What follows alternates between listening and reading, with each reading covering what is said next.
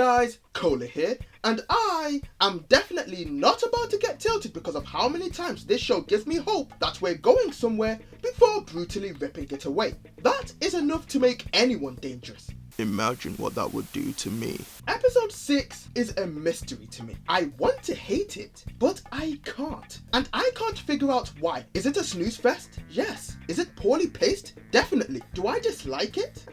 Maybe? I genuinely don't know. So come along and help me figure it out. If you enjoy my crippling addiction to bad shows and movies, please like and subscribe. It really helps out the channel. And spoilers for anyone who cares. Episode 6 begins with Velma questioning whether or not is she actually good at mystery solving, and should this be a dream she follows. Finally, she is seeing the error of her ways and realizing that this mystery solving show is lacking, well, you know, actual mystery solving. With the serial killer on the loose, killing men and removing their junk, the logical next step is to have a career day where all your dreams go to die. Whilst Velma is festering in her own self-disgust, Norville shows up to break the news. My grandma's alive. She faked her death to follow her dream of completing her work, and now her brain is in Daphne so we can save Brenda, Krista, and Lola. What? Velma is struggling with the fact that Edna, Norville's grandmother, is in Daphne's body, yet still sounds like Daphne. Although, admittedly, they explain this in a very cool way. Because I have her vocal cords, but to me, I sound like myself. Like, is that factually correct? Does anyone have any proof of this? Have any of you switched brains with a willing, that choice is optional, test subject and can reiterate this point? Velma fangirls over Edna, but thankfully Norville reminds them that they're here on a mission to save the brains. By the way, this mission is still pretty dumb. Allowing a crazy scientist lady to put her brain in your body so she can infiltrate your school, kidnap 3 brains in jars to replace their brain juice with a new solution so they don't die without anyone noticing?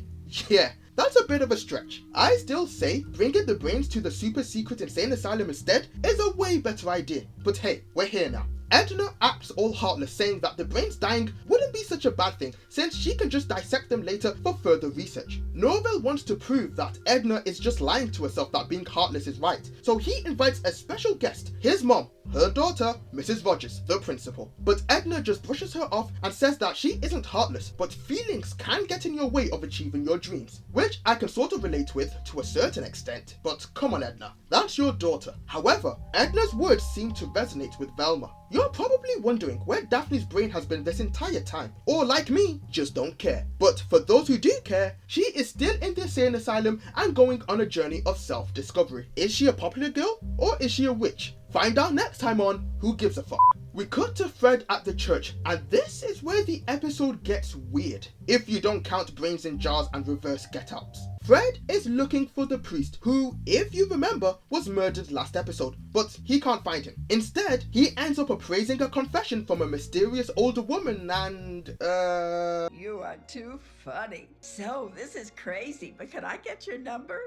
Oh, sure. I'm uncomfortable. I don't like where this is going. Like, what is happening here? Remember when Fred was a competent human being in a somewhat normal relationship? Well, this is him now, rizzing up a woman who wouldn't even know what rizzing up means. Back at the school, Velma and Edna, who loves flipping everywhere since she's in a younger body now, enter Mr. S's lab, where he has the exact ingredients needed in order to create the solution that will save the brains. Am I saying that right? Is it ingredients? Do you use ingredients in a scientific experiment, or is that more of a potion-y spell type thing? Anyway, Mr. S has these ingredients because if you remember and cast your mind back to the last filler episode, no, not that one either, yes, that filler episode. If you remember, Mr. S was very much interested in Edna's work on Project Scooby, to the point he tried to replicate it. Why? I'm laughing because in the script I just wrote make an I don't know sound. I don't know what I was expecting myself to do in the future, but there you go, you just get that.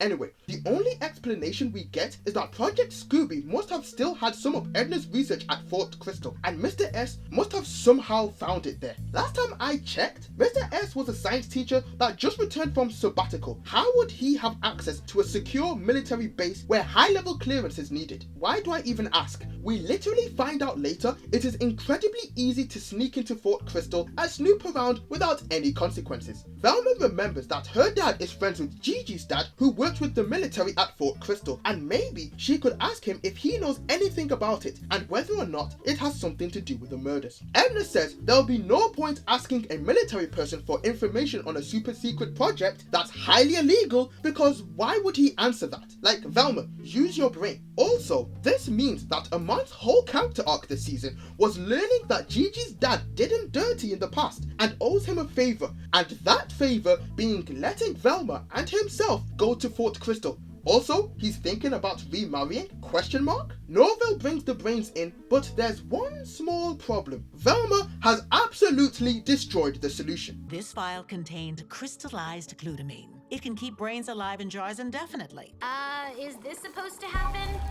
And Edna can't fix it because she's run out of glutamine, and the only place to get more happens to be at Fort Crystal. So guess where we're going? That's right, Edna, a super smart scientist lady, tells Velma, a dumbass teenager with zero life skills, to sneak into Fort Crystal and steal some glutamine from the base. They had her research, so maybe they'll have some glutamine as well? How could this plan possibly go wrong? Velma obviously gets cold feet because she points out that sneaking into a military base shouldn't be an easy task, and getting caught would mean that she will be arrested, but Edna has a counterpoint. Great detectives don't get caught, Velma. Well, can't argue with that logic. So after some literal peer pressure, Velma gets her dad to force Gigi's dad to allow them to enter Fort Crystal under the guise of a tour. Fred also tags along, stowing away, because he wants relationship advice from Velma, of all people, on how to date an older woman. A way older woman. And I know we're all thinking it. Does Amon just leave his car windows wide open all of the time?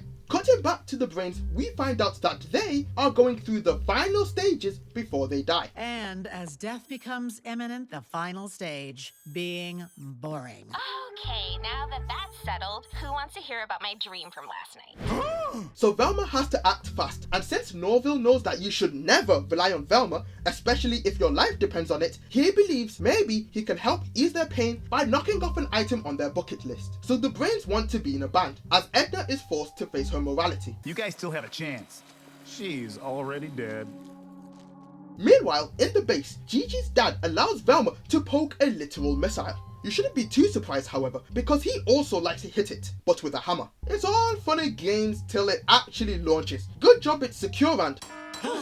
well, they're all gonna die. As they run away for their lives, Velma and Fred sneak away trying to find the glutamine in the lab that Edna drew up for them. They are almost caught, but are saved by a literal Deus Ex missile. Like everyone should be dead here. They manage to find the room Edna put on the map, but it just leads to a supply closet. Velma realizes that there is some light coming from the AC, and looking in, she finds that Project Scooby is back up and running. But they're caught. Back with Norville and the brains now, they realize that being in a band has a few issues. You kinda need arms to play an instrument. Luckily, Edna has a way to make that happen. Just stick electropads directly on their brains and feed that straight into the instruments. That should be safe, but they're dying anyway, so I guess who cares. Mrs. Rogers is also here, and Edna sees the effects of abandoning her family all these years for her so-called research. Oh, I will always love my mother, but I will never respect her. Daphne is now suspended from school, since Edna was in her body, and Norville just got news that Velma couldn't find any glutamine. Basically, the brains are as good as dead. This news causes Norville to have an hallucination, which we're still doing that plot point apparently, and Edna is more upset that Norville is taking her snacks than his actual well-being. This causes her to reconsider her life choices and that maybe she was being heartless. I guess she's not that bad after all. She also reveals that she has had extra glutamine this entire time. I take it back. This woman is a monster. Apparently, the only reason she sent Velma to the military base in the first place was to check if the military are still pursuing Project Scooby. And speaking of Velma, after being caught by Gigi's dad, she tries to explain to him that Project Scooby is secretly back up and running. However, Gigi's dad assures her that the project has been cancelled for a long time, and then a really weird thing happens. Project Scooby has been dead since the early 90s. They said the same thing about rock and roll, and look at it now. Sadly, You see what I mean? Who was he looking at? Was that a fourth wall break? There's nobody else behind him, so it must have been right. But when he does go to look, it's clear that Gigi's dad is in on something suspicious, and the 3 bodies being worked on are actually the bodies of the brains back at school. He even lies to Velma, so he is now major sus. Normally, Velma would be arrested for sneaking around, but luckily for her, Gigi's dad has a better punishment for the pair of them. Fred helps the military escape legal issues after they fired a missile in regional airspace, and Velma is forced to be a corporate shill for the military. Later, Velma meets up with Edna and is obviously angry that Edna basically sent her on a wild goose chase since she already had the glutamine. Edna apologizes, which is a first for her, and learns from Velma that Project Scooby might be back online. And then we get the lesson of the episode: either fail to meet your dreams or become a selfish monster to achieve them. At least, that's what Edna believes. Edna leaves Velma to make the solution because she can't be seen on campus because she's suspended, remember? And also to take Daphne's body for a spin, starting with twerking and underage drinking. Whilst Velma rushes to make the solution, Edna calls in to say that in the last 10 seconds before a brain dies, they will do something unexpected, like being an actually good rock band. Great, so now we are tacking on an artificial countdown to try and raise the stakes. Miraculously, Velma manages to save the brains just in time, and that's that. The episode ends with Velma wondering how Mr. S, 3 new bodies, the serial killer, and Project Scooby could all be connected. Daphne's brain being kidnapped by cockroaches, forcing Edna to stay in her body for now, and Fred's OAP turning out to be the serial killer, revealing the priest's dead body to the world, and will keep on killing until they get what they want. I'm the serial killer, and I will keep killing until I get what I want. Also, since it is revealed that the serial killer is yet another woman, the cop moms failed running for sheriff, so Merle wins the election. Kinda based. Before we get into my final thoughts, I want to put out a theory on who I think the serial killer could be. Since Velma was advertised as a mystery show, I believe that the viewer should be able to pick up enough clues by just halfway through a season to try and figure out who the murderer is. At least, that's how I am writing the mystery for the animated show I'm looking to develop. Shameless plug. And I say that, but season 1 didn't do a great job giving us clues to who the first killer was. They literally dumped all the evidence on us in the last 2 episodes. Okay, so here is my theory. The killer is Mr. S. Now, we know that Mr. S was very interested in Edna's work. I don't know the full extent to why. Maybe he wanted to give a loved one who was in a critical state a new body to live in. Or maybe he was just bored. Who knows? He could have gotten all his information from when he was on sabbatical, where in reality, he could have been infiltrating Project Scooby at Fort Crystal. And I know you're gonna say that Mr. S died and that we heard the serial killer's voice. She's clearly an older woman. But is that what we really saw? Maybe Mr. S was never Mr. S at all. Maybe Mr. S managed to replicate Edna's work, explaining how he has the ingredients in his lab, and put his brain in an older woman's body, and killed his body to throw people off his scent, maybe? But the thing that throws me off though, what the motive would be. Maybe it's tied to whatever was happening with Amon's lucid dream in episode 4, where he reminisced his mistakes in life. Maybe Mr. S wanted to fix his. But what is up with cutting their junks off? A trophy? I just don't know. I have other theories as well, but not nearly as concrete. Like, maybe it's Merle or Amber's mom, since they're new in town and kinda sketchy. Maybe Fred's mom really did rise back up from the dead by hijacking another body. Actually, it could explain why the serial killer was in the cemetery in episode 1. And who did those white shoes belong to? Now I think about it, she is the only one who we have seen execute Edna's research successfully in season 1. What's to say she didn't put her own brain in another body? Or maybe it's just someone we haven't met yet, but that would be super underwhelming. Like I said earlier, I want to not like this episode, but I just can't. Maybe that's a sign for better things to come, or another fall storm. I rate this episode a 7 out of 10. Definitely my highest rated episode so far of the season, because it actually felt like we were solving a mystery. The jokes were hit or miss, but Edna was actually a lot more likable than I thought she would be. And that's a bad sign for Daphne. I don't think I want to see her again. Her dynamic with the gang kinda sucks. Velma is not nearly as hateable as she was in season 1, but she's still not great. And Fred and Norville have now firmly been reduced to side characters, whilst Gigi has been relegated to a cameo. Sad times. But tell me what you guys think. Is this episode good? I'll leave that for you guys to decide. Cola out.